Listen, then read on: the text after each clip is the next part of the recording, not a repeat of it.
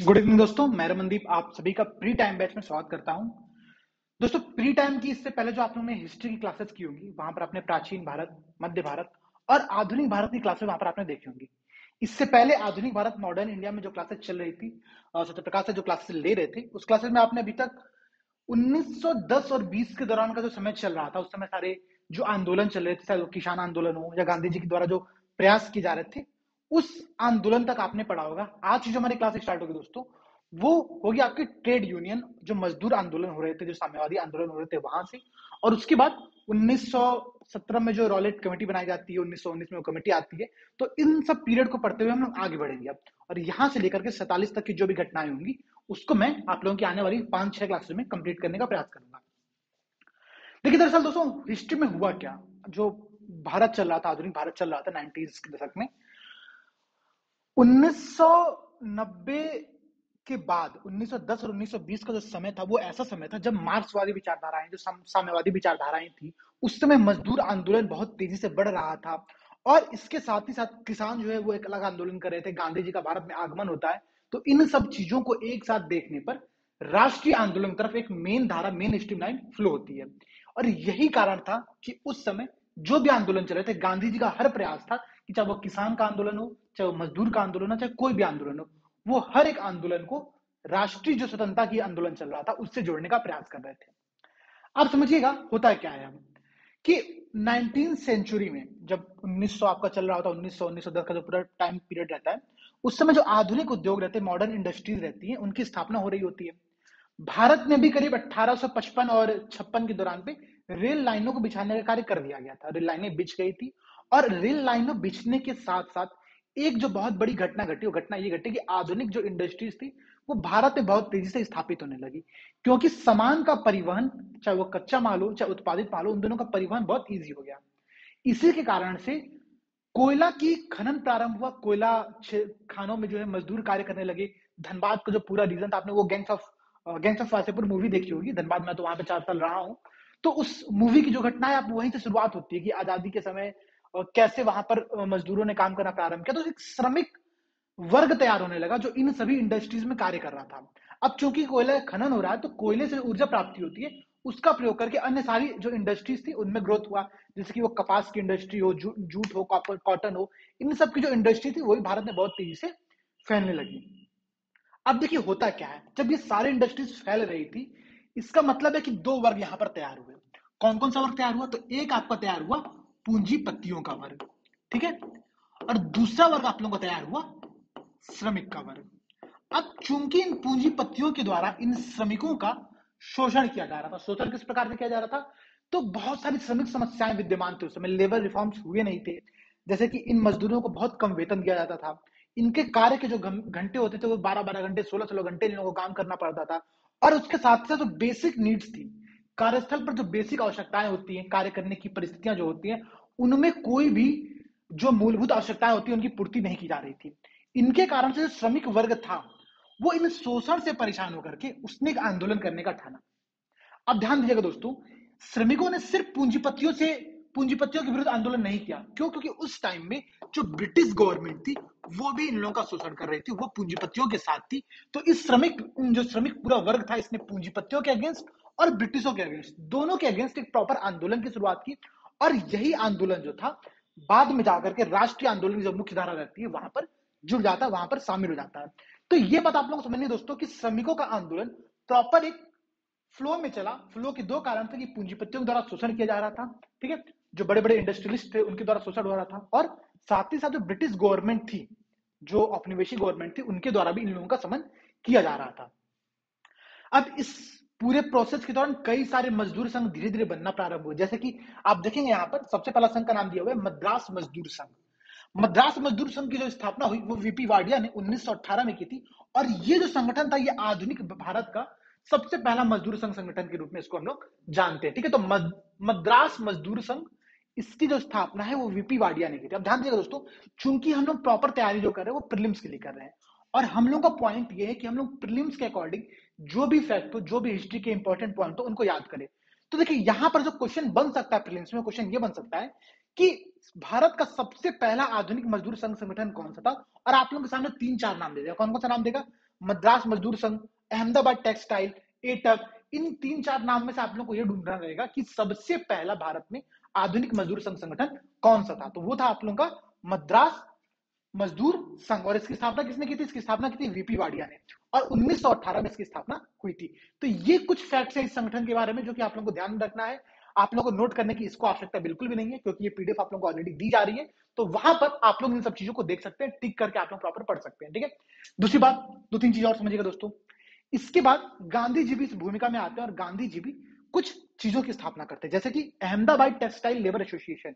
इसकी स्थापना 1918 में महात्मा गांधी के नेतृत्व में की जाती है। महात्मा गांधी से प्रेरणा लेकर के महात्मा गांधी के द्वारा वो एक श्रमिकों को राष्ट्रीय मुख्यधारा में शामिल करने के लिए कर रहे थे। और ये वही टाइम रहता, आपने पढ़ा होगा चंपारण, अहमदाबाद और खेड़ सत्याग्रह जो चल रहे थे, वो उसी समय का पार्ट है। ठीक है, कि 1918 में अहमदाबाद टेक्सटाइल लेबर एसोसिएशन की स्थापना महात्मा गांधी जी के द्वारा की गई थी।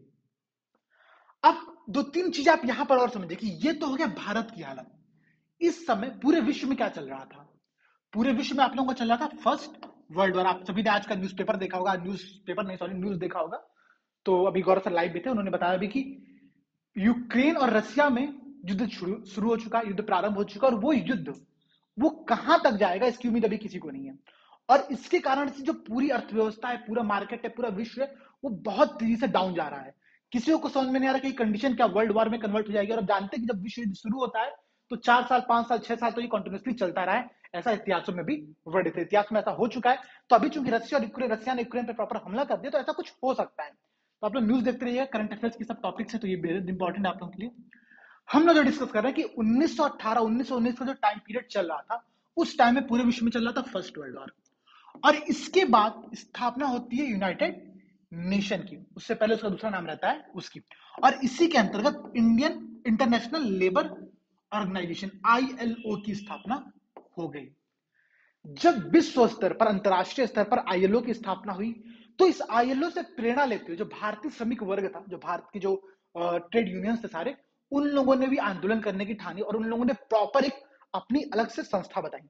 और इस ILO से प्रेरणा लेते हुए जो सबसे फेमस संस्था बनी भारत में, वो थी एटक।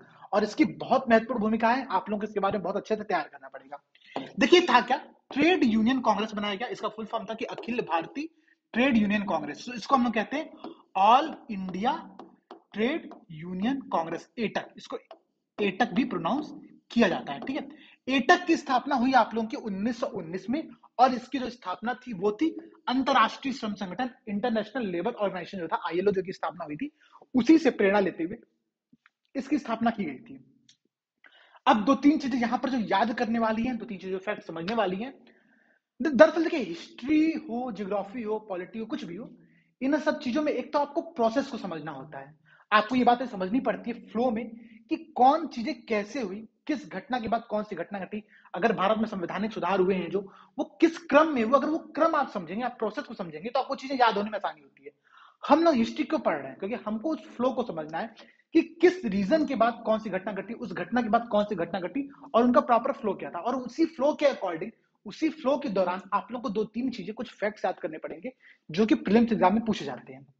सबसे पहला फैक्ट यहां पर पूछा जा सकता है एटक के संदर्भ में, कि एटक की संस्थापना या फिर इसके जो संस्थापक थे उस किसने की थी।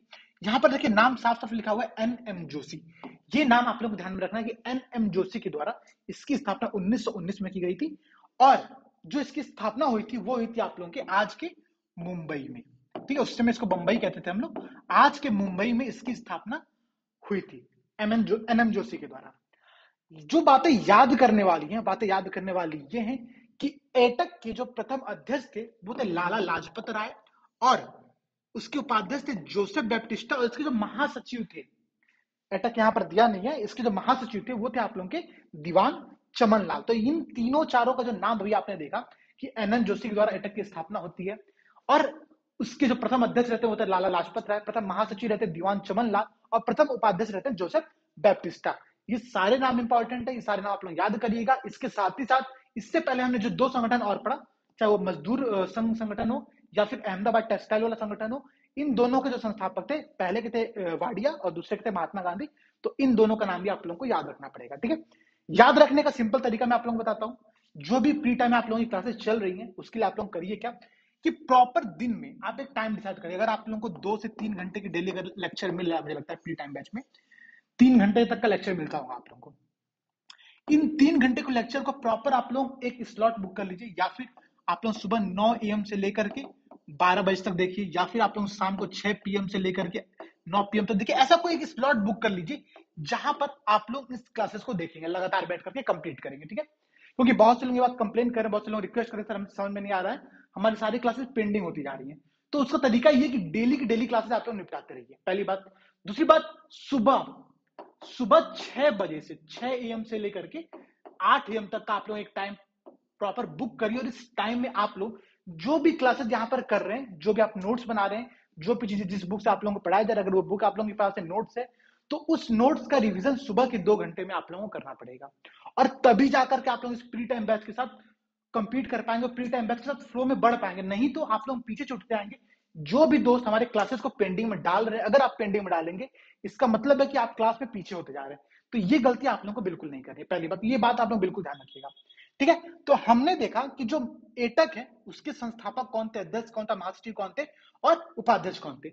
यहां पर जो बातें ध्यान देने वाले, समझने वाले, देखिए लाला लाजपत राय जिसके पहले अध्यक्ष थे, दरअसल ये वो पहले व्यक्ति थे जिन्होंने पूंजीपतियों, जो कैपिटलिस्ट थे, और जो साम्राज्यवादी थे, उन दोनों के मध्य में एक संबंध को खोजा था। इन्होंने क्या कहा, इन्होंने बहुत एक अच्छा स्टेटमेंट दिया था। उन्होंने कहा कि जो साम्राज्यवाद है और जो सैन्यवाद है, ये दोनों ही पूंजीपतियों की जुड़वा संतानें हैं। अर्थात पूंजीपतियों के कारण ही साम्राज्यवाद और सैन्यवाद, ये दोनों कॉन्सेप्ट आए हैं। तो ये लाला लाजपत राय का वो पहला कथन था, जो कि बहुत फेमस रहा था उस टाइम पर। ये बात आप लोग ध्यान रखिएगा। इसके बाद देखिए होता क्या है, इसके बाद होता है आप लोगों का कि इंडियन नेशनल कांग्रेस, भाई कांग्रेस क्यों पीछे रहेगी, 1919 में इसकी स्थापना कर दी गई। अब कांग्रेस को चाहिए कि मजदूर वर्ग जो है, जो मजदूर संगठन है, वो भी राष्ट्रीय मुख्यधारा में शामिल हो। तो कांग्रेस ने 1922 में कांग्रेस का जो गया का अधिवेशन हुआ था, वहां पर एटक के गठन का स्वागत किया, और उनसे उम्मीद की कि वो हम लोगों को बाद में चुनाव में सपोर्ट करेंगे, या फिर राष्ट्रीय मुख्यधारा में जब आंदोलन होंगे तो वहां पर ये लोग शामिल होंगे, ये बात होती है। और इस एटक की सबसे जो प्रथम उपलब्धि रही, वो बहुत बड़ी उपलब्धि ये थी कि 1926 में ट्रेड यूनियन एक्ट करके एक विधेयक पारित किया गया, और इसमें बहुत सारे अच्छे रिफॉर्म्स लेकर के आए गए। जैसे कि एक रिफॉर्म्स ये था कि जितने भी संगठन, मजदूर संगठन बन रहे हैं, इससे पहले वो सारे संगठन इलीगल थे, अवैध थे। लेकिन 1926 में जो एक्ट बनाया गया एटक के तमाम आंदोलनों के पश्चात, उसके माध्यम से इन सभी संगठनों को वैध संगठन का दर्जा दे दिया गया। ध्यान समझिएगा दोस्तों, 1920 का अभी समय चल रहा है, और 1920 के बाद एक ऐसा दौर आता है जब साम्यवादी संगठन जो होते हैं, साम्यवादी जो आंदोलन होता है, वो बहुत तेजी से ग्रो कर रहा था। और उसी साम्यवादी आंदोलन के दौरान क्रांतिकारी आंदोलन में बहुत तेजी से वृद्धि होती है। आप यहाँ पर देखेंगे, जस्ट इसके नीचे लिखा हुआ है साम्यवादी आंदोलन के बारे में दिया हुआ है। इसने लिखा है क्या, यहाँ पर कुछ फैक्ट्स है, मैं आप लोगों को बता देता हूँ। देखिए, कम्युनिस्ट इंटरनेशनल एक साम्यवादी संगठन था। इसकी स्थापना 1919 में हुई थी। किसने स्थापना की थी, तो एक रूसी पार्टी है, वही रूस जो अभी युद्ध कर रहा है, ठीक है, यूएसएसआर था उस टाइम पे, उसकी बोल्शेविक पार्टी थी। और लेनिन, व्लादिमीर लेनिन, पुतिन नहीं है, ध्यान रखिएगा, लेनिन के द्वारा कम्युनिस्ट इंटरनेशनल की स्थापना की गई थी 1919 में। और इस संगठन में शामिल होने वाले जो पहले भारतीय थे, वो थे M.N. रॉय। M.N. रॉय भारत के बहुत फेमस साम्यवादी थे, बहुत फेमस साम्यवादी नेता थे, कम्युनिस्ट नेता थे। तो इन्होंने सबसे पहले कम्युनिस्ट इंटरनेशनल में एक सदस्य के तौर पर शामिल हुए थे। तो ये वो दौर था 1920 का दौर, जब साम्यवादी संगठन बहुत तेजी से ग्रो कर रहे थे। और इसी के दौरान होता क्या है कि साम्यवादी संगठन और मजदूर वर्ग, ये एक क्रांतिकारी आंदोलन की तरफ बहुत तेजी से प्रेरित होता है, ठीक है। तो 1926 से 1939 का जो पीरियड रहता है, इस टाइम पीरियड के दौरान, इस समय स्लॉट के दौरान, जितने भी मजदूर श्रमिक संगठन रहते हैं, या फिर जो साम्यवादी संगठन रहते हैं, वे लोग क्रांतिकारी आंदोलन कर रहे होते हैं। और इसी के बीच में, जब भाई चूंकि कोई भी अगर संगठन क्रांतिकारी आंदोलन करेगा, सरकार को उखाड़ फेंकने की कोशिश करेगा, तो सरकार चिंतित होगी, सरकार होती है चिंतित। और उस समय एक कांड होता है 1929 में, वो होता है आप लोगों का मेरठ षड्यंत्र केस। यहां पर दिया नहीं हुआ है, मैं आप लोगों को बता दे रहा हूं, बेहद इंपॉर्टेंट है, और प्रीलिम्स में बहुत सारे क्वेश्चन पर बनते हैं। तो आप लोग ध्यान से इस बात को नोट कर लीजिएगा, ठीक है। मेरठ षड्यंत्र केस हुआ था आप लोगों का 1929 में। इसमें करीब 32 करीब साम्यवादी नेता थे, जिनको गिरफ्तार कर लिया गया। इन पर आरोप यह था कि सरकार के विरुद्ध एक आंदोलन कर रहे थे, उनके सरकार को उखाड़ फेंकने का प्रयास कर रहे थे। तो ये जो 32 श्रमिक नेता थे, साम्यवादी नेता थे, इन लोगों को गिरफ्तार किया गया। और इसमें जो शामिल नाम थे, उनमें तो कुछ नाम आप लोगों को याद होने चाहिए। इसमें 3 ब्रिटिश साम्यवादी नेताओं के नाम थे। वो तीनों नाम तो आप लोग प्रॉपर पढ़ के रखिएगा, क्योंकि क्वेश्चन कभी कभी सीधे ये पूछता है कि निम्न ब्रिटिशों में से कौन से ऐसे ब्रिटिश नेता थे जिनको मेरठ षड्यंत्र केस के अंतर्गत उनके ऊपर कार्रवाई हुई थी। तो उसमें 3 नाम है, 32 में से 3 नाम आप लोगों को याद रखने हैं। वो है फिलिप स्प्राट, ठीक है, बेन ब्रेडली और लेस्टर हचिंसन। ये 3 नाम यहां पर दिया नहीं है, आप लोग नोट कर लीजिए। मैं फिर से बोल दे रहा हूं, फिलिप स्प्राट, बेन ब्रेडली और लेस्टर हचिंसन। ये 3 नाम आप लोग याद रखिएगा, जो कि मेरठ षड्यंत्र केस के अंतर्गत ब्रिटिश साम्यवादी नेता थे, ब्रिटिश नेता थे, और इनको भी सरकार ने गिरफ्तार किया था। ठीक है, अब यहां पर कुछ बातें और समझिएगा। कुछ भारतीय साम्यवादी नेता जैसे कि एस ए डांगे हुआ, मुजम्मर अहमद हुए, शौकत उस्मानी थे उस टाइम पर बहुत फेमस साम्यवादी नेता। इन लोगों को भी इस मेरठ षड्यंत्र केस के अंतर्गत जो ये केस चला था वहां पर गिरफ्तार किया गया था। ठीक है, इसके बाद सरकार कुछ प्रयास करती, सरकार फूट डालने का प्रयास करती, तो 1929 में ही 1929 हाँ 1929 के अराउंड एटक जो रहता है, एटक संगठन जिसकी स्थापना 1919 के आईएलओ की स्थापना के बाद हुई थी। लाला लाजपत राय अध्यक्ष थे, ठीक है, दीवान चमनलाल महासचिव थे, और ये जो संगठन था इसका विभाजन रहता है 1929। तो ये कुछ ऐसा क्रम है, कुछ ऐसा फैक्ट है, कुछ ऐसे फ्लो है जो आप लोगों को याद होने चाहिए था। ठीक है, अब समझिएगा, एटक का विभाजन तो भले 1929 में हो गया, लेकिन एटक की जो मुख्य धारा थी अभी भी वो चल रही थी। और 1937 का जो प्रांतीय चुनाव होता है, उस चुनाव में इस श्रमिक संगठन ने, एटक संगठन ने प्रॉपर कांग्रेस का समर्थन किया। और ये 1937 में कांग्रेस वहां पर समर्थन किया था इन लोगों के द्वारा। कांग्रेस जीतती है, जो सब चीजें होती है आपको पता है। अभी हम चर्चा करेंगे उस पर डिटेल में, अभी हम लोग सिर्फ श्रमिक संगठन को देख रहे हैं। उसके बाद जब द्वितीय विश्व युद्ध प्रारंभ हो रहा होता है 1939 के दौरान में, तब ये जो साम्यवादी संगठन रहते हैं, जो मजदूर संघ रहता है, ये लोग उस द्वितीय विश्व युद्ध का समर्थन करते हैं और अपने आप को भारत छोड़ो आंदोलन से वापस ले लेते हैं। और ये कहते हैं कि जो द्वितीय विश्व युद्ध का जो आंदोलन है वो पीपुल्स वार, वो लोगों की लड़ाई है। वहां पर साम्यवादी वर्सेस पूंजीपति का पूरा कॉन्सेप्ट है, इसलिए ये लोग उस आंदोलन का, उस विश्व युद्ध का समर्थन करते हैं।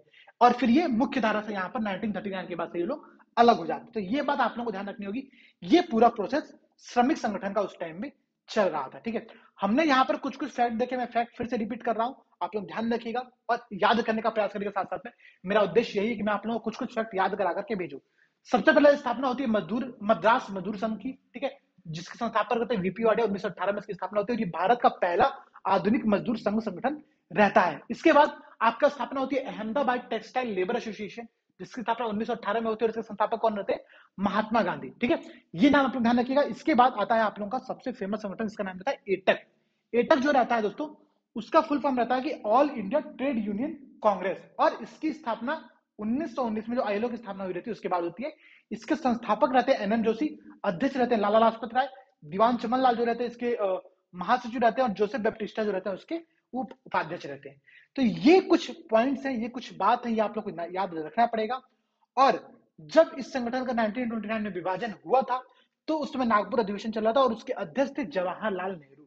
ये नाम आप लोग ध्यान रखिएगा, ये कुछ पॉइंट्स हैं जो कि बेहद इंपॉर्टेंट इसके संदर्भ में। ठीक है, हम लोग का जो मजदूर वर्ग के जो प्रॉपर जो आंदोलन थे, हमने उन सभी आंदोलन को एक क्रम में देख लिया। हमने देखा कि मेरठ षड्यंत्र केस 1929 में हुआ, तो वहां पर 32 के करीब साम्यवादी नेता गिरफ्तार किए गए थे, जिसमें से 3 नेता ऐसे थे जो कि ब्रिटिश थे। ठीक है, और उन तीनों के नाम ब्रेडली, हचिंसन और आपके कहते हैं स्प्रैट, फिलिप स्प्रैट। ये 3 नाम आप लोग याद रखिएगा।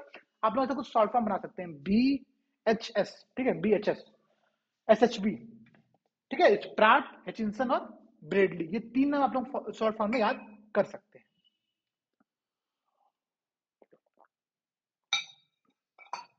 अब चीजों को समझिएगा। अब हम लोग वापस आ जाते हैं अपना 1917-18 का जो टाइम पीरियड रह रहा है, जहां पर रॉलेट एक्ट और ये सब चीजें चल रही होती है, उनको हम लोग देखने का प्रयास करते हैं। होता क्या, देखिए दोस्तों, दरअसल कि प्रथम विश्व युद्ध जब हुआ रहता है, तो उस समय जो ब्रिटिश गवर्नमेंट रहती है उसने ये भारतीयों से प्रॉमिस किया रहता है, भारतीय नेताओं से प्रॉमिस किया रहता है कि आप लोग हमको विश्व युद्ध में समर्थन दीजिए और उसके बाद हम लोग भारत में कुछ सुधार लेकर के आएंगे, आप लोगों की भलाई के लिए कुछ कार्य करेंगे। ठीक है, ये एक वादा रहता है। ठीक है, लेकिन होता क्या कि जैसा ही पहला विश्व युद्ध समाप्त हो रहा होता है और उसी के दौरान 1917 में सिडनी रॉलेट की अध्यक्षता में, जो कि एक न्यायाधीश रहते हैं, जज रहते हैं, इनकी अध्यक्षता में एक समिति का गठन किया जाता है। ठीक है, ये समिति अपने सुझाव देती है, तो उस सुझावों के आधार पर प्रथम विश्व युद्ध के बाद 1919 में रॉलेट एक्ट पारित किया था। यही वो ब्लैक कानून था जिसको हम लोग जानते हैं, बहुत फेमस कानून। इसमें था क्या कि जिसको जब चाहे बिना किसी परमिशन के मुकदमा बिना चलाए हम उसको गिरफ्तार कर सकते हैं। ये जो रॉलेट एक्ट रहता है, ये परमिशन सरकार को देता है। ठीक है, अब समझिएगा भाई। अच्छा, दो तीन चीजें और समझिएगा कि हम लोग कोई भी चीजों को पढ़ेंगे, प्रोसेस में पढ़ेंगे, तो हम लोग एक टाइम पीरियड के दौरान उस समय वायसराय कौन था, इन सब चीजों को देखते रहेंगे। ठीक है, ये वो समय था जब लॉर्ड चेम्सफोर्ड जो थे वो आपको 1916 से 1921 के दौरान वायसराय रहते हैं। तो इनका नाम आप लोग ध्यान रखिएगा कि लॉर्ड चेम्सफोर्ड का पूरा कार्यकाल चल रहा था कब से कब तक, तो 1916 से 1921 के दौरान।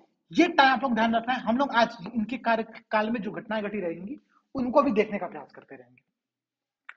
तो रॉलेट समिति बनती है 1917 में, 1919 में एक्ट पारित किया था जिसको हम लोग ब्लैक कानून के रूप में जानते हैं। और ये वही कानून था कि बिना वकील, बिना अपील और बिना दलील का कानून। ठीक है, यहाँ पर देखिए साफ साफ लिखा हुआ है कि बिना वकील, बिना अपील और बिना दलील का कानून इसको कहा गया। और महात्मा गांधी ने इस इस एक्ट का बहुत विरोध किया और उसके विरोध में उन्होंने चलाया सत्याग्रह। और इसी सत्याग्रह को चलाने के लिए उन्होंने तीन चार संगठनों की हेल्प ली, तीन चार संगठनों का, तीन चार जो पॉलिटिकल फोरम्स थे, मंच थे, उनकी सहायता ली। उनमें से आपका एक था होम रूल लीग जो कि एनी बेसेंट तिलक वाला था। उसके बाद खिलाफत जो संघ बनाया गया था उसकी उन्होंने यहाँ पर सहायता ली, और सत्याग्रह सभा की उन्होंने सहायता ली। सत्याग्रह सभा की जो स्थापना वो गांधी जी ने ही इस सत्याग्रह आंदोलन के लिए, रॉलेट के सत्याग्रह का जो आंदोलन था उसके लिए प्रारंभ की थी, उसकी स्थापना वहां पर की थी। अब थोड़ा चीजों को आप लोग और लिंक करिए। ये तो यहाँ पर इसने पॉइंट खत्म कर दिया, लेकिन थोड़ा हम लोग चीजों को लिंक करते हैं होता क्या है। इन तीनों संगठनों के माध्यम से जो गांधी जी रहते हैं, वो गांधी जी कहते हैं कि 6 अप्रैल 1919 को हम लोग एक प्रॉपर सत्याग्रह करेंगे, प्रॉपर आंदोलन करेंगे और हम लोग उन सब चीजों को आगे देखेंगे। तो ये डेट डिसाइड होता है 6 अप्रैल का। लेकिन 6 अप्रैल को लेकर के बहुत से लोगों में कंफ्यूजन हो जाता है, और 6 अप्रैल से पहले ही हिंसा जो होता है, जो वायलेंस होता है, वो उस प्रॉपर क्षेत्र में क्रिएट हो जाता है और हिंसा पूरे देश में भड़क जाती है। अब इस गलतफहमी के कारण जो हिंसा भड़की, इससे जो 6 अप्रैल का डेट था वो तो छूट गया, वो तो भूल गए सब लोग, अब उसका तो कोई मतलब रह नहीं गया।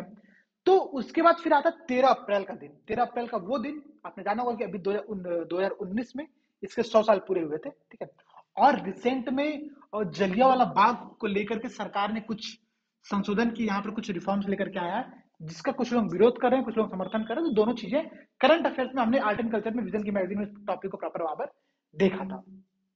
अब समझिएगा कि 13 अप्रैल 1919 का वो दिन जब बैसाखी का त्योहार पंजाब में मनाया जाता है। पूरे पंजाब में बैसाखी बहुत फेमस त्योहार है, वहां पर मनाया जाता है।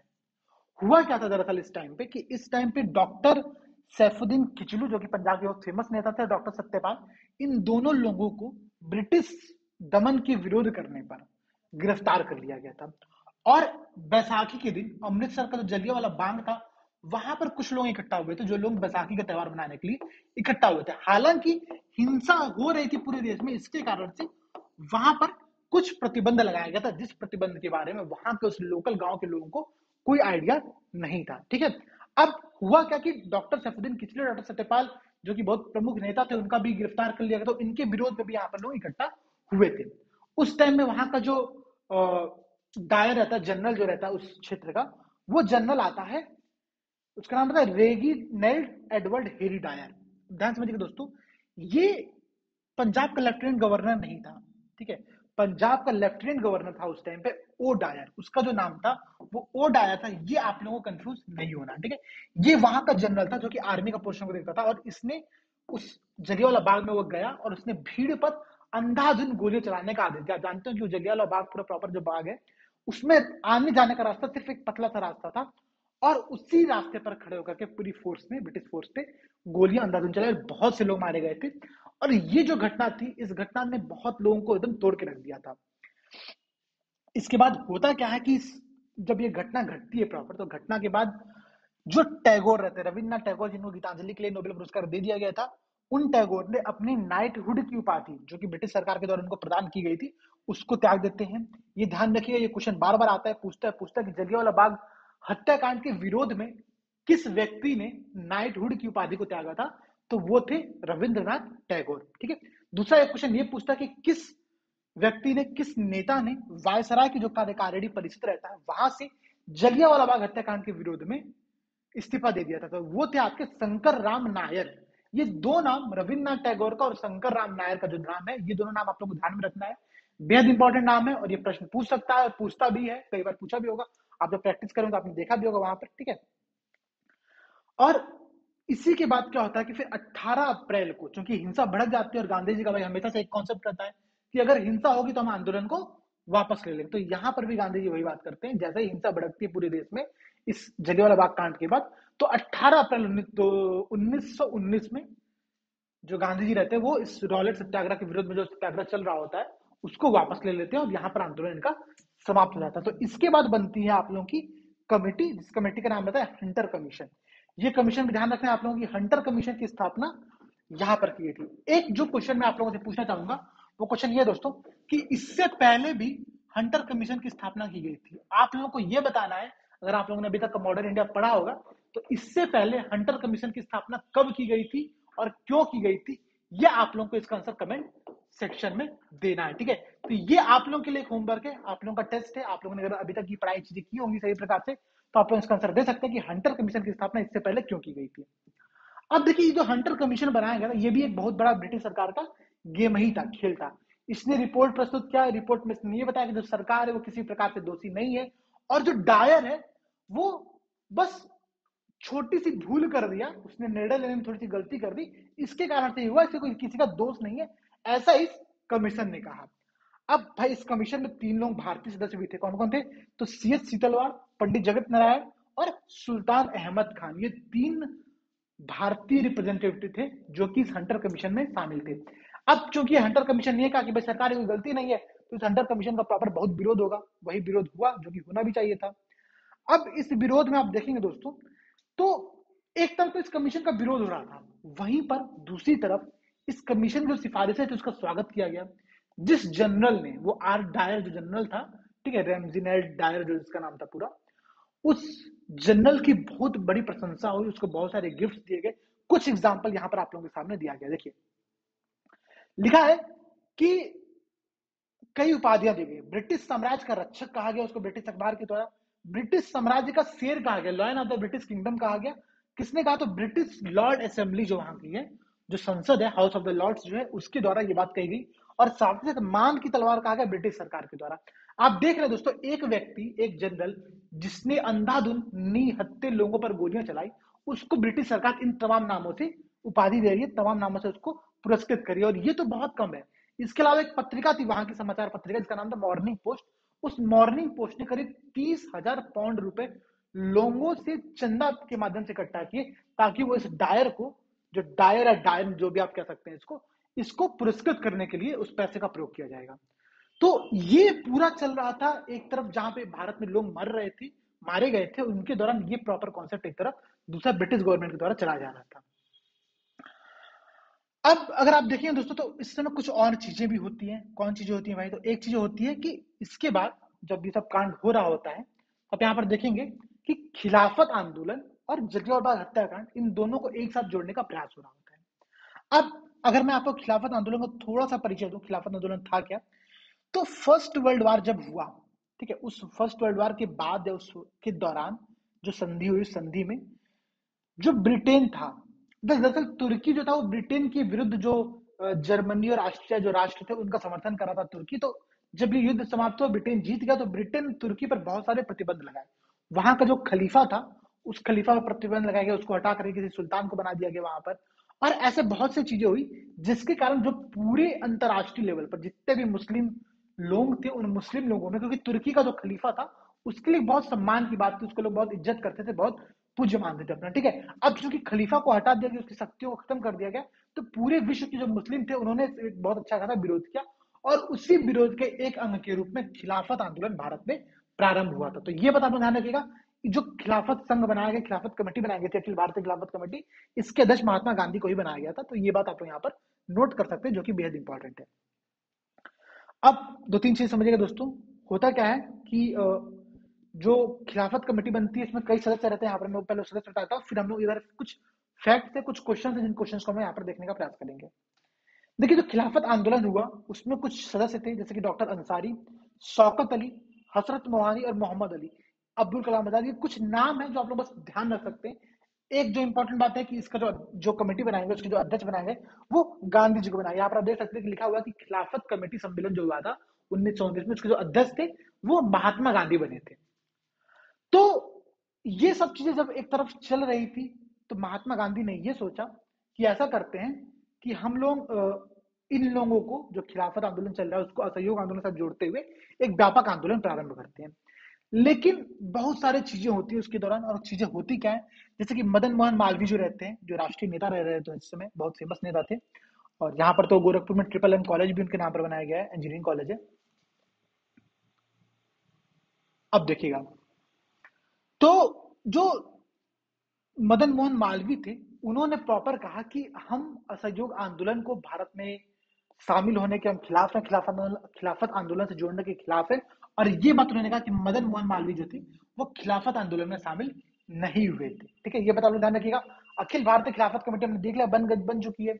और कुछ चीजें और यहाँ पर इंपॉर्टेंट है कि खिलाफत आंदोलन को स्वतंत्रता के आंदोलन से जोड़ने के कुछ और लोग भी इनके अगेंस्ट थे। कौन कौन अगेंस्ट था भाई? यहाँ पर आपको एक बहुत बड़ा नाम दिया हुआ है, मोहम्मद अली जिन्ना। तो ये जो जिन्ना साहब थे, इन जिन्ना साहब ने क्या कहा, इन्होंने कहा कि खिलाफत आंदोलन को आप भारत के स्वतंत्रता आंदोलन से मत जोड़िए।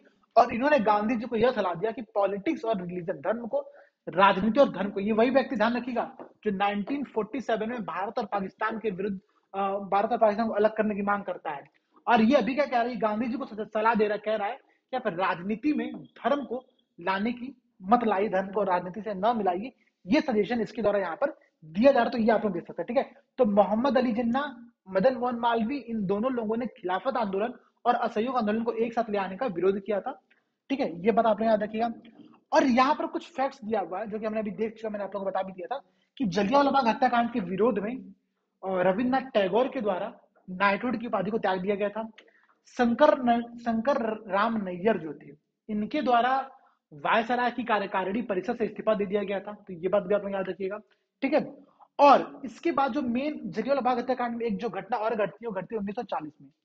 उधम सिंह नाम का एक बालक रहता है, जो कि जब ये घटना घटी रहती है बहुत छोटा रहता है। ठीक है, उस बालक के द्वारा 1940 में वो ब्रिटेन जाता है, और ब्रिटेन जाकर के वो ढूंढ रहा होता है कि हम किसको गोली मारे, हमको बदला लेना, हम किसको गोली मारे, ये वो ढूंढ रहा होता है। ठीक है, उसको गोली मारना रहता है जनरल डायर को, जो आर डायर नाम का व्यक्ति रहता है, जो उस समय जनरल रहता है, जिसने आदेश दिया रहता है कि हम इसको गोली मारेंगे। ठीक है, उसको गोली मारने वो जानने वाला रहता है, लेकिन वो मिलता नहीं है चूंकि।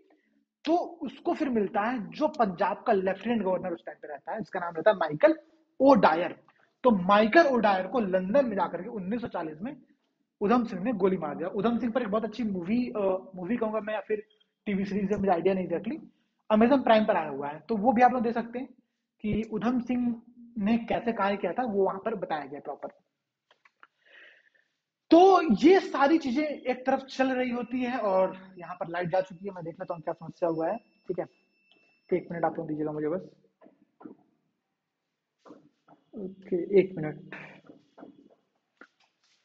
हाँ, सॉरी। तो ये सब चीजें चल रही होती, जलियांवाला बाग हत्याकांड होता है, और उसके बाद 1940 में उसका अंत हो जाता है, जो भी चीजें होती है। और ये इन सब चीजों ने राष्ट्रीय आंदोलन में बहुत महत्वपूर्ण भूमिका निभाई थी। ठीक है, इनके साथ ही साथ जो लाला लाजपत मदन मोहन मालवीय थे, जिन्ना साहब थे, इन जिन्ना साहब के साथ साथ तिलक जी, जो बाल गंगाधर तिलक थे, उन्होंने भी असहयोग और खिलाफत आंदोलन को एक साथ जोड़ने का विरोध किया था। और गांधी जी ने फिर हालांकि इनको समझाया तिलक जी को थोड़ा बहुत, तो ये फिर बाद में मान गए थे। ठीक है, ये ध्यान रखिएगा। और जिन्ना जो खिलाफत आंदोलन और असहयोग आंदोलन को जोड़ने का विरोध कर रहे थे, वहीं पर मुस्लिम लीग की जो पार्टी थी, वो पार्टी इंडियन नेशनल कांग्रेस को इसके लिए समर्थन दे रही थी कि वो खिलाफत के मुद्दे को राष्ट्रीय स्तर पर उठा रहा है। ठीक है, ये ध्यान रखिएगा आप लोग। एक मिनट। ठीक, ये लाइट की थोड़ी समस्या है, यहाँ पर लाइट कभी कभी चली आती है। तो हाँ, हम लोग यहाँ पर थे। अब देखिएगा आप लोग, हमने खिलाफत आंदोलन को प्रॉपर देख लिया, खिलाफत आंदोलन क्यों हुआ था। और इसके बाद होता क्या है ना, दरअसल एक समय के बाद 1920 के दौरान जो ब्रिटिश सरकार रहती है, वो सेब्रिस की संधि करती है, जिसके बाद ये पूरा आंदोलन ठप पड़ जाता है, खिलाफत का आंदोलन। तो खिलाफत का आंदोलन अलग हो जाता है और असहयोग अपना अलग चलने लगता है। इसके कारण से बाद में दोनों में थोड़ा सा अलगाव आ जाता है। ठीक है, तो बातों को समझिएगा। अब जो असहयोग आंदोलन था, वो देखिए आंदोलन हुआ कैसे और कैसे प्रारंभ हुआ, इन सब चीजों को यहाँ पर समझते हैं।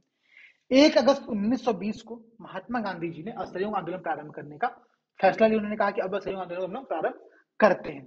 अब इसके लिए इंडियन नेशनल कांग्रेस जो सत्र चला, जो अधिवेशन चल रहे थे, वहां पर प्रस्ताव रखा गया। ध्यान रखिएगा, ये दोनों प्रस्ताव, जो दोनों सत्र थे, दोनों सत्र बेहद इंपॉर्टेंट है, तो इनको प्रॉपर याद रखना है आप लोगों को। कलकत्ता का सत्र हुआ सितंबर 1920 में और नागपुर का सत्र हुआ दिसंबर 1920 में।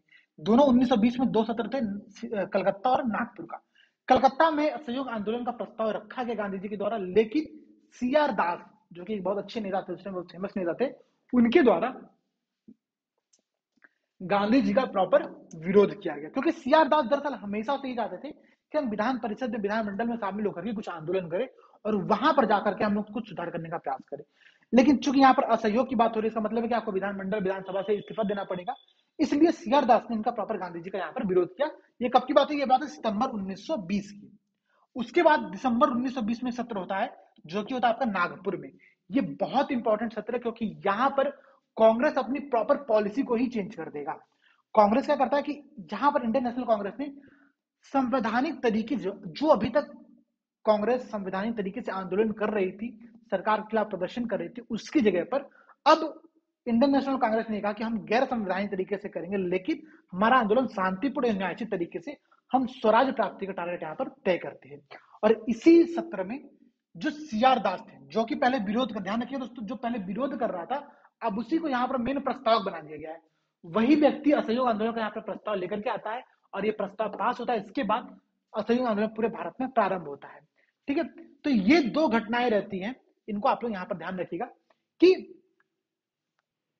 नागपुर अधिवेशन 1920 का जो रहता है, इसमें सी आर दास मेन प्रस्ताव करते हैं आंदोलन के और इनके द्वारा यहाँ पर आंदोलन की शुरुआत होती है। लेकिन कलकत्ता अधिवेशन, जो कि सितंबर 1920 में हुआ रहता है, वहां पर सी आर दास विरोध करते हैं, गांधी जी समर्थन करते हैं। यहाँ पर कुछ घटनाएं और होती है जो कि बेहद इंपॉर्टेंट आप लोग समझनी चाहिए। होती है कि जब 1 अगस्त 1920 का जो दिन रहता है, उस दिन तिलक जी का, बाल गंगाधर तिलक, इनका निधन हो जाता है। और बाल गंगाधर तिलक के निधन के बाद जो गांधी जी रहते हैं, वो एक तिलक स्वराज फंड करके एक कोष का निर्माण करते हैं, फंड का निर्माण करते हैं, और उस फंड में पूरे भारत से करीब 1 करोड़ रुपए, ठीक है, 1 करोड़ रुपए पूरे भारत से यहाँ पर इकट्ठा कर लिया गया था असहयोग आंदोलन के लिए। ठीक है, तिलक स्वराज फंड के अंतर्गत। अब जब नागपुर अधिवेशन में ये सारी घटनाएं होती है, संवैधानिक तरीकों को छोड़ देती है कांग्रेस और कहते हैं कि हम शांतिपूर्ण न्यायोचित तरीके से स्वराज प्राप्ति का लक्ष्य तय करेंगे। उसके बाद कुछ लोग रहते हैं जो कि, जैसे कि मोहम्मद अली जिन्ना, एनी बेसेंट और कारपड़े नाम के एक व्यक्ति, जीएस कारपड़े रहते हैं। इन लोगों ने कांग्रेस को प्रॉपर छोड़ दिया। उन्होंने कहा कि अब चूंकि कांग्रेस संवैधानिक रास्ता को त्याग कर रही है, इसलिए हम भी कांग्रेस को छोड़ देंगे।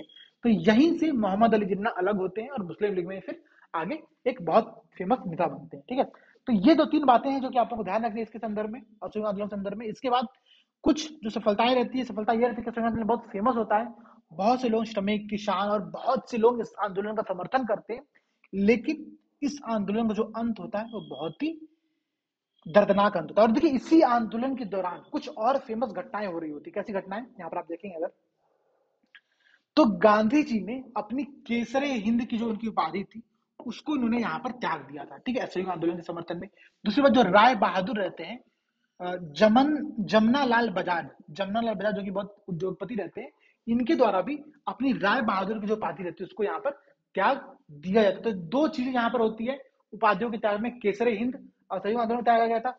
वहां पर आपने देखा होगा कि जलियांवाला बाग हत्याकांड के दौरान रविन्द्रनाथ टैगोर ने नाइटहुड की उपाधि को त्यागा था, और साथ ही साथ जो नायर थे, उन्होंने विधान परिषद की जो जो कार्यकारिणी परिषद है, वहां से इस्तीफा दिया था। ठीक है, उसके बाद दो उपाधियों को यहाँ पर त्यागा गया। तो ध्यान रखिएगा, प्रॉपर प्रश्न प्रीलिम्स में यही आता है, सिंगल लाइनर प्रश्न, कि गांधी जी ने केसरे हिंद की उपाधि कब त्यागी थी। ठीक है, तो ये 2-3 चीज आपको ध्यान रखिएगा।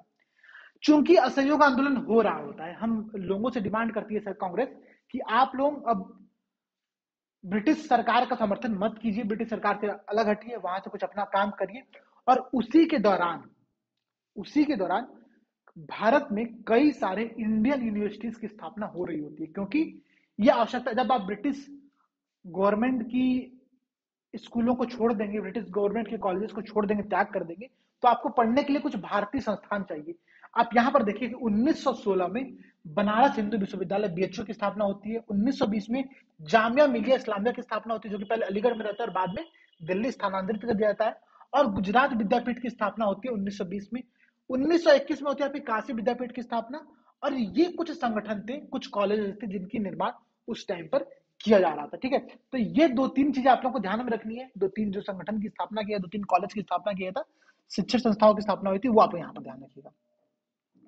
ये कुछ सफलताएं थी असहयोग आंदोलन की। इसके अलावा जब इसका अंत हो रहा होता है तो होता क्या है कि 4 फरवरी 1922 का दिन गोरखपुर में यहीं पर चौरी चौरा एक जगह है, ठीक है, तो चौरी चौरा में ही एक बहुत बड़ी कांड हो जाता है, बहुत बड़ी घटना हो जाती है। घटना होती क्या है कि चौरी चौरा में एक क्रुद्ध भीड़ रहती है, वो कुछ आंदोलन कर रही होती है, पुलिस वाले उसको रोकते हैं, तो जो थाना रास्ते में पड़ता है, उस थाने में वो पूरी भीड़ जाकर के आग लगा देती है। ठीक है, दरअसल कुछ पुलिस वालों ने गोलियां चलाई थी इन लोगों पर, लेकिन कोई मरा नहीं रहता। लेकिन उसके बाद जो पूरी भीड़ रहती है, प्रॉपर भीड़ जाती है, पुलिस थानों में सभी पुलिस वालों को बंद किया जाता है। करीब 22 पुलिस वाले थे उसमें, 22 सिपाही थे उसमें, और उन पूरे थाने को आग लगा दिया जाता है।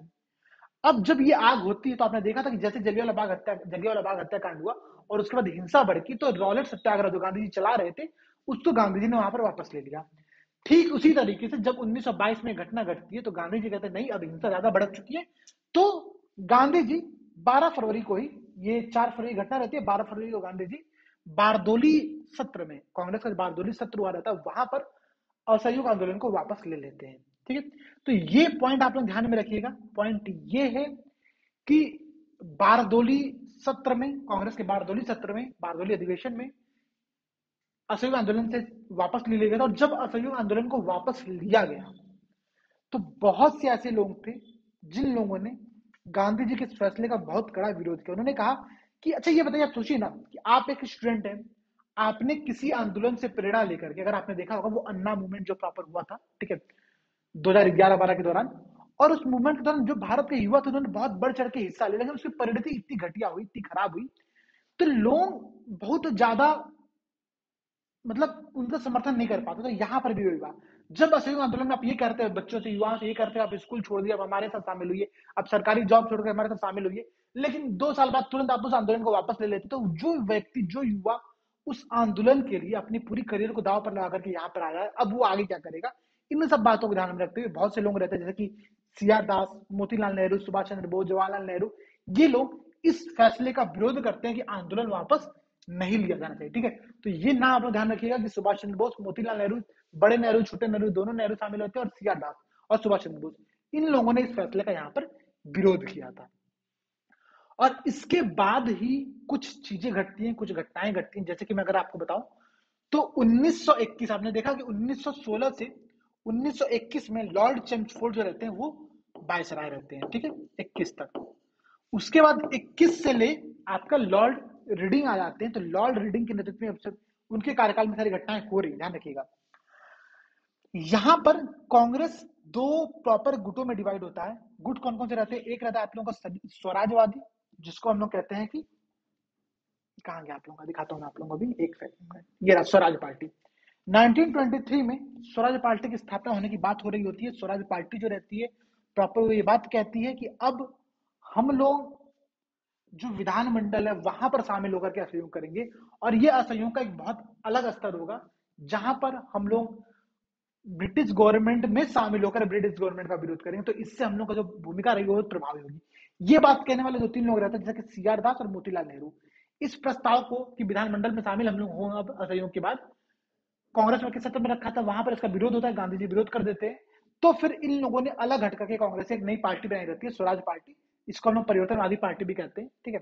और 1923 में ये पार्टी बनती है, सीआर दास के अध्यक्ष बनते हैं, मोतीलाल नेहरू महासचिव बनते हैं, और ये पार्टी प्रॉपर जो है 1919 के अधिनियम के माध्यम से चुनाव में शामिल होती है और वहां पर जाकर सरकार का विरोध करने का प्रयास करती है।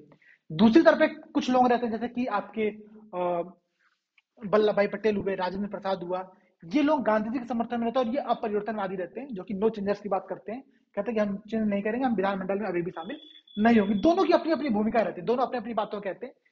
अब जो शामिल नहीं होते वो ये बात कहते हैं कि अगर हम विधानमंडल में शामिल हो जाएंगे तो कुछ समय बाद ऐसा हो सकता है कि हम राजनीतिक सत्ता के लाभ के कारण से भ्रष्टाचार में लिप्त हो जाए।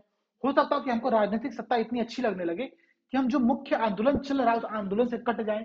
ऐसे कुछ एक्सप्लेनेशन देते हैं, कुछ रीजंस देते हैं वो भी अपने, जो अपरिवर्तनवादी रहते हैं और कहते हैं कि हमको यहाँ पर शामिल नहीं होना चाहिए। तो इस प्रकार से कांग्रेस का दो गुटों का यहाँ पर डिवीजन होता है। हालांकि 1907 का जो डिवीजन रहता है उस डिवीजन का ये डिवीजन नहीं रहता है। ये नॉर्मली रहता है कि कांग्रेस, क्योंकि गांधी जी को ही पता रहता है कि अगर इन लोगों में प्रॉपर विरोध हो गया तो बहुत बड़ी समस्या होगी। कांग्रेस अगर अब टूट गई तो ये राष्ट्रीय जो आंदोलन चल रहा है वो बिखर जाएगा। इसलिए दोनों अपने अलग होने के बावजूद भी ये दोनों पार्टियां अपने साथ चल रही होती है और बाद में ये दोनों पार्टियां कांग्रेस में फिर से शामिल हो जाती है। ठीक है, तो ये अभी तक के टॉपिक थे, कुछ मुख्य उपलब्धियां थी जिनको हमने यहाँ पर देखा। आप लोगों का काम ये है दोस्तों कि यहाँ 91 पेज तक आज जो हमने 3-4 पेज का डिस्कशन किया है, इन तीनों पेजों को आप लोग प्रॉपर पढ़ करके आइएगा। कल से हम लोग नए टॉपिक स्टार्ट करेंगे साइमन कमीशन की, और वहां पर हम लोग उस टॉपिक को देखेंगे। ठीक है, अभी के लिए यहाँ पर हम लोग समाप्त करते हैं। आप लोग रिविजन करते रहिएगा फ्री टाइम को, सभी तो ध्यान रखें, रिविजन बेहद इंपॉर्टेंट है।